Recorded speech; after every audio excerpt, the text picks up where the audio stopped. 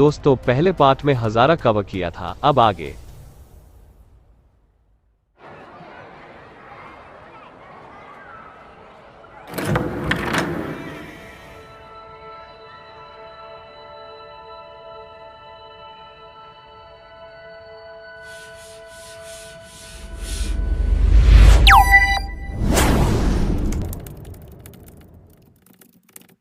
Welcome to roast and react. दोस्तों, ये हमारे दुश्मन तभी से है जब से हम आजाद हुए हैं। ये कायर 4 युद्ध हार चुके हैं, अब ये 4th जनरेशन वॉर पे ये हमको हराना चाहते हैं।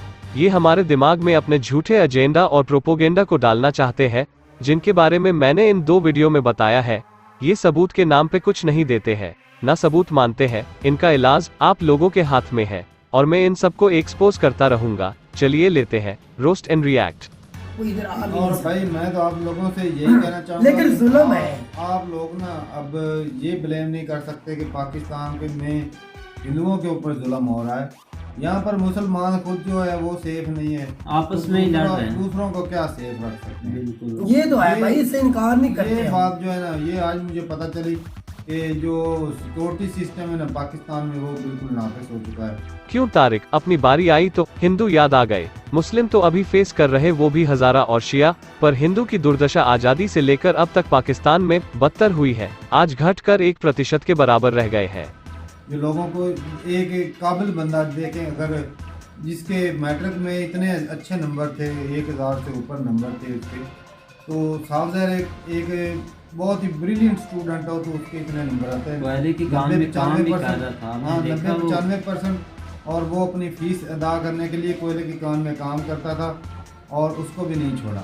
कल को जो हो सकता है वो कंट्री का बेहतर कर सकता था, कंट्री के फ़ायदे में आ सकता था, उसको भी नहीं छोड़ा। तो ये निज़ाम हो गया पाकिस्तान की हुकूमत का और यहाँ के सिक्योरिटी इदारों का। जो भाई फिर तुम मुझे बोलना पड़ेगा, फिर नागालैंड में कैसे हो गया और आर्मी के हाथों से नागालैंड में इतना बड़ा हादसा कैसे हो गया? वो हादसा हो गया। वो हादसा कैसे हो गया? बंदे देख रहे हैं कि वो गाड़ी की फैमिली आ रही है, उसके ऊपर फायरिंग करके 14 बंदों को दिन दिहाड़े मरा दिया। वो फेलियर नहीं था, फिर वो हुकूमत का फेलियर नहीं, मुद्दे का फेलियर। तू आ जाता पाकिस्तान के ऊपर ब्लेम, मैं मान नहीं रहा, जो बात गलत है मैं मान रहा हूँ। तू पाकिस्तान पे ब्लेम ना लगा। पाकिस्तान की वीडियो बंदे पाकिस्तान, मैं इंडिया की दिखा देता हूँ, तू नागालैंड वाला फिर उठा के देख लो। जुल्म किया, दुनिया के सबसे बड़ा जुल्म इंडियन आर्मी ने किया है। उसका वजीर आला नागालैंड का बोल क्या बोल रहा है देख भाई, अपना जो फिर कहता है तू दाढ़े फाड़ने लग जाता है। नागालैंड का वजीर आला खुद बोल रहा है आर्मी को भी यहाँ से दफा हो जाओ। वो इस तरह बोल रहा था, यहाँ आर्मी का कोई, मेरी बात सुन, नागालैंड का वजीर आला खुद कह रहा था आर्मी को इधर से निकल जाओ वरना आवाम आपको मार डालेगी। मेरी बात सुन, मेरी बात सुन।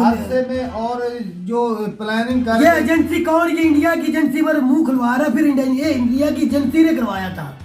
तो गंजेड़ी, पहले नागालैंड के सीएम की बात सुन ले। तो नंगोलीलक सोपा ताते अतो सिंगतबे अनु legislature tuman emelena ajanga hengo banang ado ke president kaya ado imada tamakala ina sintana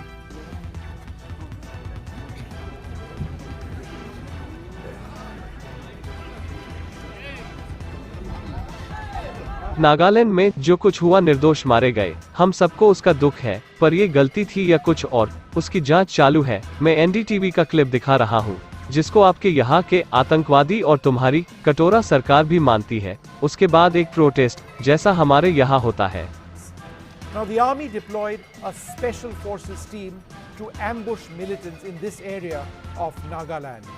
Now according to sources, the Assam Rifles, which is typically deployed in this area, they fight insurgents, militants, and the local police were not in fact informed of this particular situation. So the local police and the Assam Rifles who were actually involved were not informed. The army used a special forces team in this particular area. Now sources indicate to us, and this is obviously something that's quite well known, that the Assam Rifles, a paramilitary force expert at guarding this area. This isn't to say that the army hasn't been, but in this case there was a massive botch-up. Now the army team on this occasion was led by a major. They identified a truck mistakenly as a target with militants. They were tracking militants and they opened fire. Sources indicate that this truck, it was a pickup truck, had about 8 people on board. 6 were killed on the spot. 2 died on the way to hospital. No arms or ammunition have been recovered from this truck, is what sources indicate to us. Now, it is unclear if there was some other weaponry with these people. Who were the people on the truck? We are told that they are coal miners from a local coal mine where they were working when they were attacked, mistakenly attacked in this ambush. Once that did take place, there were hundreds of villagers in that area who surrounded that army unit and attacked them. The army team then opened fire in self-defense. In the process of this battle, as it were, that broke out almost with these soldiers being lynched. In fact, 1 para-commando was killed and 7 Jawans have been injured, we are told, quite seriously. But in the retaliatory fire by the Indian Army, 5 villagers have been killed and several injured. That number of injured villagers we don't have right now. Now, top military, police and Home Ministry officials are meeting in Kohima tomorrow, and as I mentioned to you, the terms of reference of the investigation have just now been announced.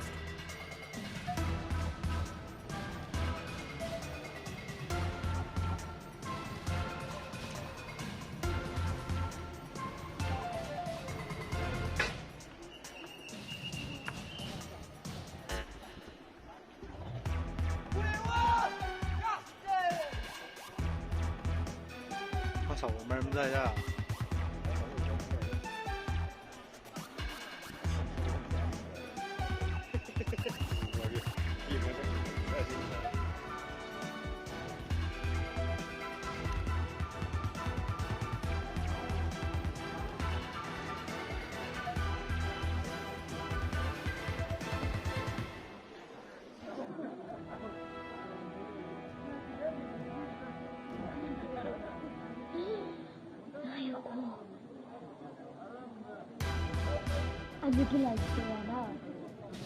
Abi aku yang go. Nabo. Gila lagi bawa tu.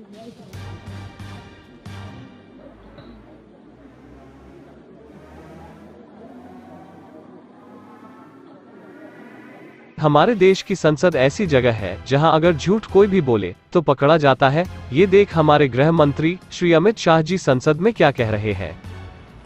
भारतीय सेना को नागालैंड के मौन जिले के तिजित क्षेत्र में तिरू गांव के पास उग्रवादियों की आवाजाही की सूचना मिली थी।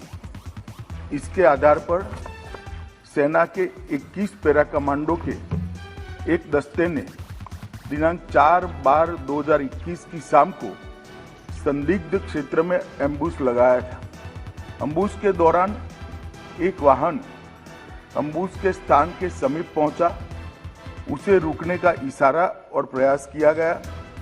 रुकने की बजाय वाहन द्वारा उस जगह से तेजी से निकलने का प्रयास किया गया, जिसके उपरांत इस आशंका पर कि वाहन में संदिग्ध विद्रोही जा रहे थे, वाहन पर गोली चलाई गई, जिससे वाहन में सवार 8 व्यक्तियों में से 6 व्यक्तियों की मृत्यु हुई। बाद में ये गलत पहचान का मामला पाया गया।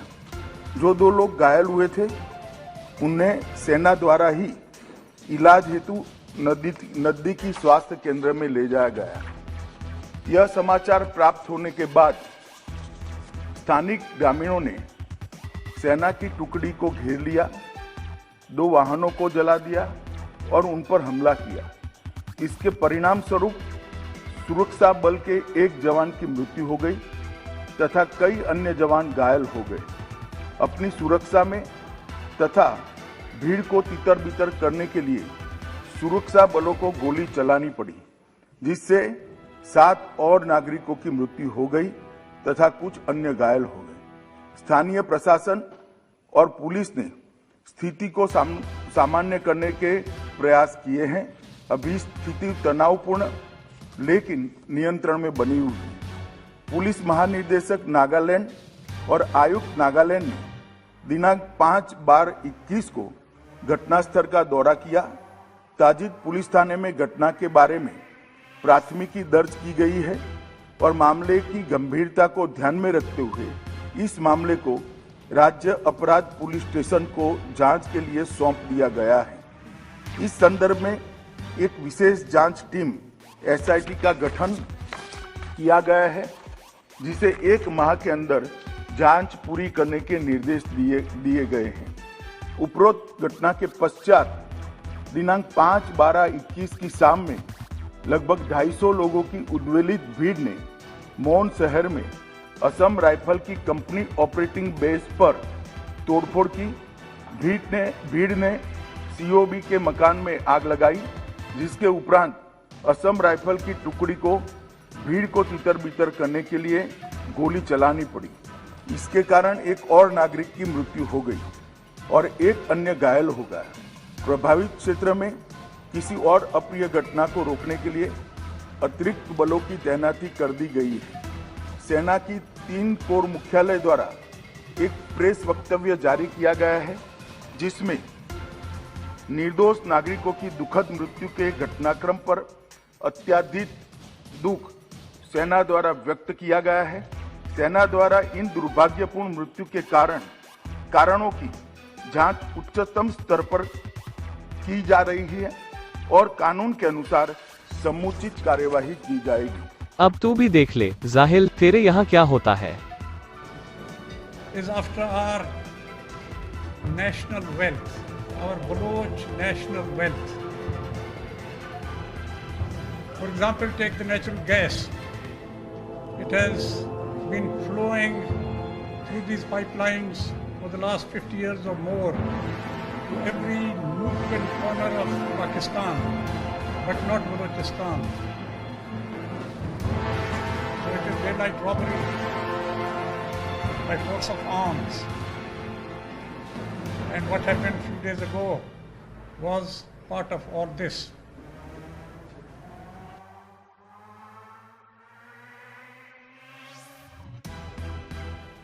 एक और संगीन सूरत-ए-हाल इसने चाइना की शमूलियत की वजह से इख्तियार की। वैसे तो चाइना हमेशा से पाकिस्तान के पुष्ट पे रहा है, मगर पिछले 20 सालों से 18 सालों से चाइना बिल्कुल सामने आ चुका है और बहुत से प्रोजेक्ट्स के नाम पे वो इस इस्तेसाल में शरीक हो चुका है। इस लूटमार में बलोचों के जो कौमी रिसोर्सेज है, जो वसाइल है, उसके लूटमार में बराबर का शरीक रहा है और एक बड़ा हिस्सा वो ले जा रहा है और पंजाबी को उसका एक, आप ऐसे कह सकते हैं कि एक कमीशन अदा कर रहे हैं और इसके लिए वो बलोचों को मार भी रहे हैं, बलोचों का कत्लेआम भी कर रहे हैं, बलोचों के गांव उजाड़ रहे हैं। एक संगीन सूरत-ए-हाल का सामना है बलोचों को। अब कभी वो इसको मेगा प्रोजेक्ट्स का नाम देते हैं, कभी CPEC का नाम देते हैं। इनकी ताकतें ज़्यादा ये रियासतें हैं, शायद बलोच इनको रोक ना सके, मगर बलोच दुनिया को ये बताना चाहती है कि हम इसमें सदार नहीं, हमारा इस्तेसाल हो रहा है, हमारे मर्ज़ी के ख़िलाफ़ सब कुछ हो रहा है और हम पे जुल्म हो रहा है। इसलिए हम अपने बसात के मुताबिक इसके सामने खड़े होंगे, इसको नहीं छोड़ेंगे। हालिया दिनों में जो हमने अपनी मज़ामत में जो शिद्दत लाई है वो ये इसी का सिलसिला है। हम बैरूनी सरमाकार को ये तंबीह करना चाहते हैं, बलोचिस्तान का कर्जा है मेरे ऊपर, बलोचिस्तान पाकिस्तान का दिल है। अगर कोई बलोचिस्तान के साथ ज्यादती करेगा, चाहे वो अपोजिशन हो चाहे हुकूमती बेंचेस है, तो सबसे पहले दिनेश कुमार आवाज बुलंद करेगा।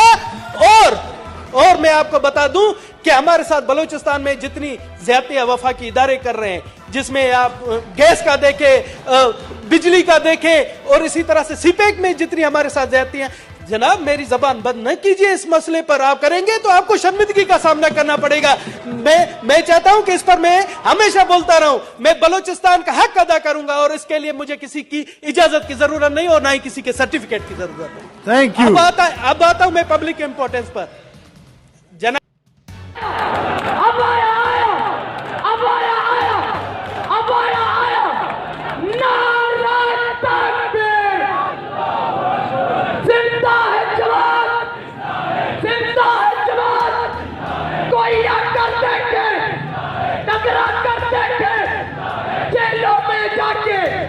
लाशें भी उठा के, सररख्ता कटा के, लाशें भी उठा के, जिंदा है जमात। जरा धीरे धीरे, जरा होले होले, जरा हल्के हल्के, जरा सोच के कहना, ये राह कठिन है, रौली भी चलेगी, जरा बैठ के बोल लो, जरा बैठ के, जरा धीरे धीरे, जरा धीरे धीरे, ये राह कठिन है, गोली भी चलेगी, लाशें भी गिरेंगी, क्या फिर भी कहोगे?